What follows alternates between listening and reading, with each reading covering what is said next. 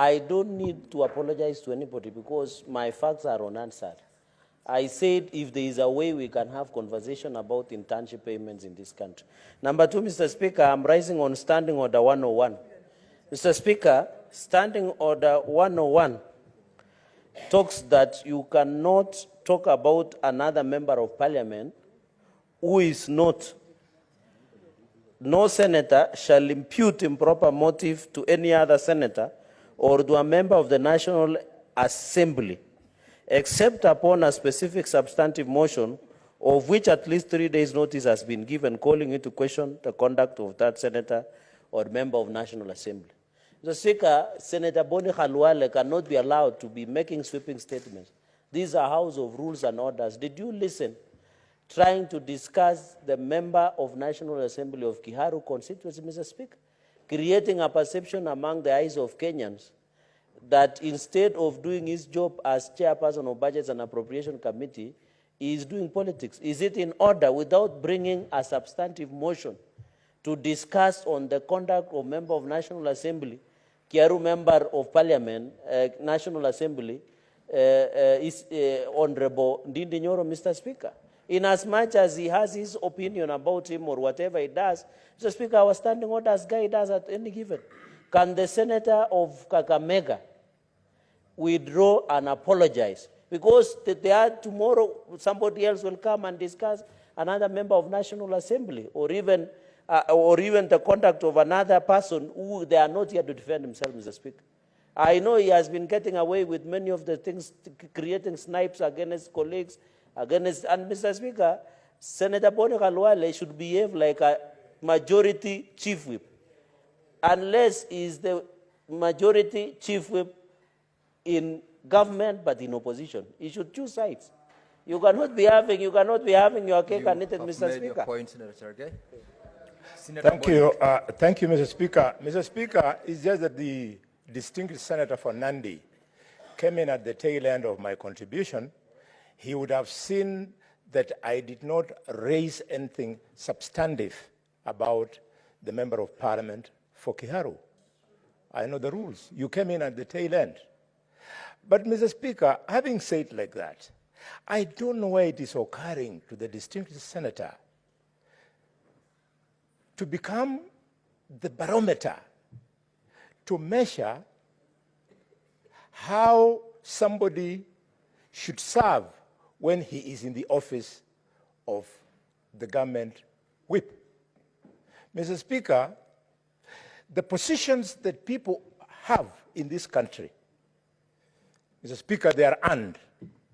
You are here as a senator because you won in Bomet.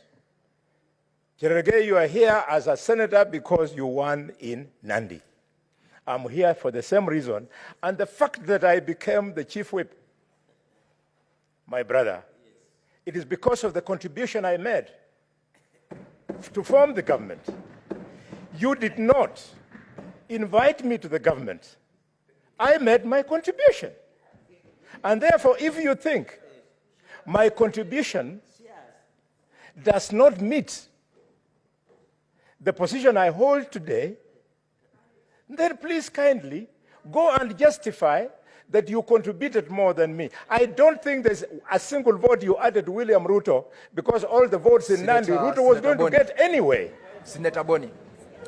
Mr. Speaker, sir, I conclude by telling my brother, for the very final time, if we must remind you, be reminded that for you to become the professional you are, it matched your IQ, intelligence quotient. And for those doctors who you're belittling to become doctors, it matched their intelligence quotient. And for your information, Mr. Speaker, Senator Bony, your IQ, the IQ of a doctor is above 100 foot, if you know what that means. Senator Bony Khalwale. Yeah. Senator Cherargei, resume your seat. Senator Bony Khalwale, you have concluded your comments, I believe. If not, I will direct that you conclude your comments on it.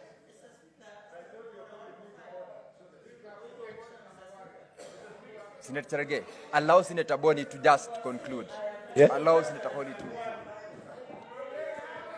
Honorable Senators, order, Honorable Senators, order, Honorable Senators, order, Honorable Senators. Order, Senators. Order, Honorable Senators.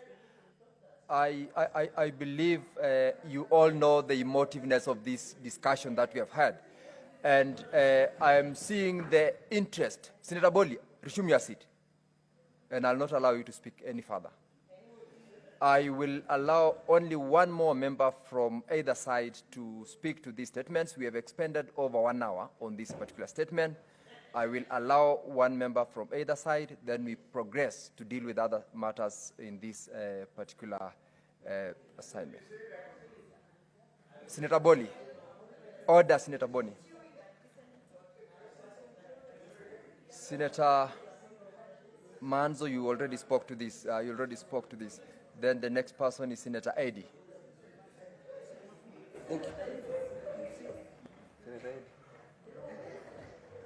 Hey, I've been waiting. Senator Khalwale, I was protecting you. Can you protect me by listening? Senator Khalwale, now Order, give me Senators. time. Order, Senators. Allow Senator Eddy to be heard in silence. Proceed, Senator Eddy. Mr. Speaker, since I got into this house, there is no day I have tried to disparage or in any way belittle any report from any committee or from any individuals who have been given tasks on any issue in this house.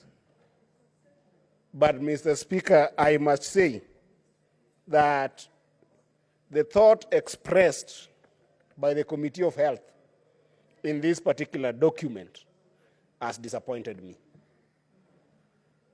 And it has disappointed me because, Mr. Speaker, I really need your attention, because the noise I'm hearing here is interfering with my thought Order, process. Senator Omogeni. Order, Senator Chute. Mr. Speaker, Please allow Senator Eddy to be heard in silence. Mr. Speaker, what we're talking about is so serious that if Senator Morgan was to get himself in trouble now and go to KNH or Nairobi Hospital, he will suffer and will have to be sent to Dubai.